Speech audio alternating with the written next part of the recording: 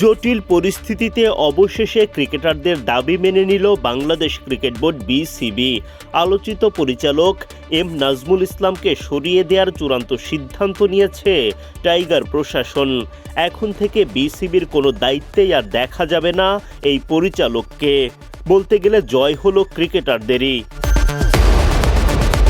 ঘটনার সূত্রপাত বুধবার এম নাজমুল ইসলামের এক প্রেস কনফারেন্স থেকে, যেখানে ক্রিকেটারদের নিয়ে বেশ কড়া মন্তব্য করে বসেন ওই পরিচালক।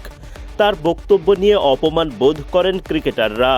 বাংলাদেশের ক্রিকেটারদের কল্যাণে কাজ করা সংগঠন কোয়াবের সভাপতি ওই দিন রাতেই ঘোষণা করেন, নাজমুল ইসলামকে বিসিবি থেকে বরখাস্ত না করা হলে বিপিএলের ম্যাচ বয়কট করবেন ক্রিকেটাররা।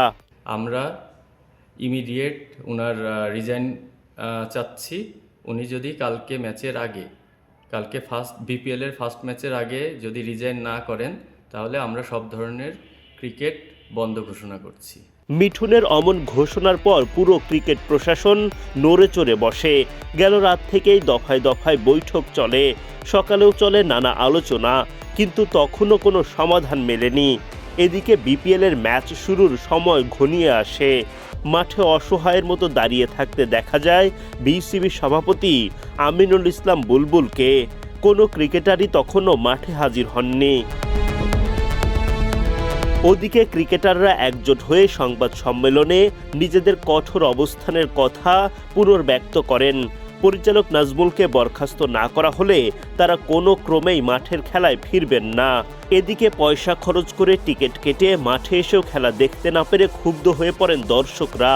এমন জটিল পরিস্থিতিতে বাধ্য হয়ে এম নাজমুল ইসলামকে সব ধরনের দায়িত্ব থেকে অব্যাহতি দেয় বিসিবি। ফলে বিপিএলের ম্যাচ শুরু হতে আর কোনো বাধাই থাকলো না। পূরণ হলো সংবাদ সম্মেলন করে জানানো মিঠুনদের দাবি। আমরা এখনো ওই স্ট্যান্ডেই আছি। আমরা আসলে যেটা প্রথমেই মেনশন করেছে সোহান, আমরা খেলার বিপক্ষে না, বাট সব কিছুর তো একটা লিমিট আছে।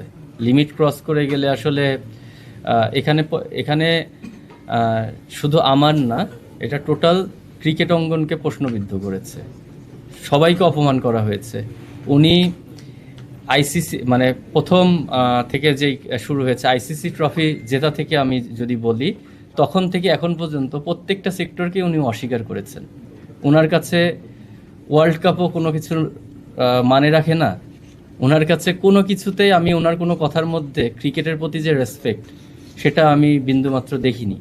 তো আমরা এখন পর্যন্ত ওখানেই অনড় আছি।